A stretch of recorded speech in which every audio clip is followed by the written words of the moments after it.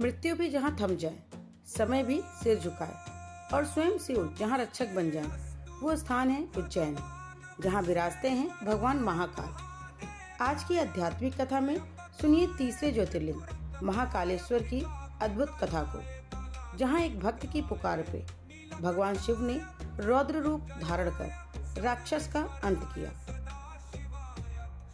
ये सिर्फ कहानी नहीं है, यह है आस्था की वो ज्वाला जो जीवन और मृत्यु दोनों को छूती है। तो आइए डुबकी लगाएं शिव की महिमा में, केवल आध्यात्मिक कथा पर। उज्जैन एक प्राचीन नगर, जहां मृत्यु भी महाकाल की अनुमति के बिना प्रवेश नहीं कर सकती। यही है भगवान शिव का तीसरा ज्योतिर्लिंग महाकालेश्वर।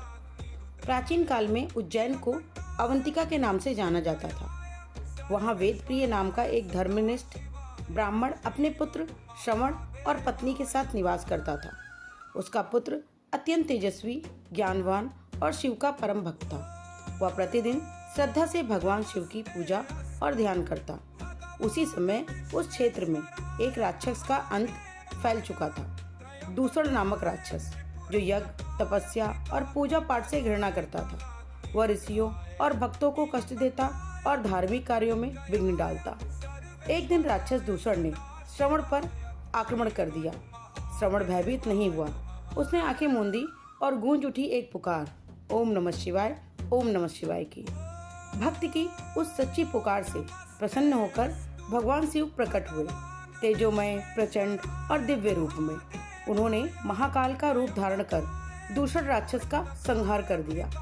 राक्षस के अंत के बाद सभी देवता, ऋषि, भक्त भगवान शिव की स्तुति करने लगे।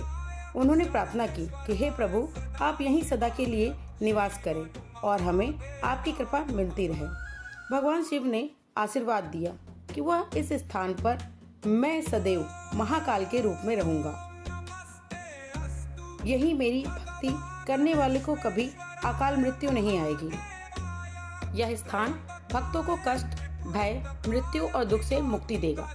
तब से यह पवित्र स्थान महाकालेश्वर ज्योतिर्लिंग के रूप में प्रसिद्ध हुआ। यह भारत का एकमात्र दक्षिणमुखी ज्योतिर्लिंग है। यहाँ प्रतिदिन होने वाली भस्म आरती विश्व प्रसिद्ध है, जिसमें भगवान महाकाल को चिता की भस्म चढ़ाई जाती है, मृत्यु पे विजय के प्रतीक रूप में। कहते हैं यमराज भी उज्जैन में बिना अनुमति प्रवेश नहीं करते, क्योंकि यहाँ स्वयं मृत्यु के देवता महाकाल विराजते हैं। महाकाल की यह कथा हमें सिखाती है कि जब भक्ति सच्ची हो तो भगवान स्वयं प्रकट होकर अपने भक्त की रक्षा करते हैं। महाकाल न केवल काल के अधिपति हैं, बल्कि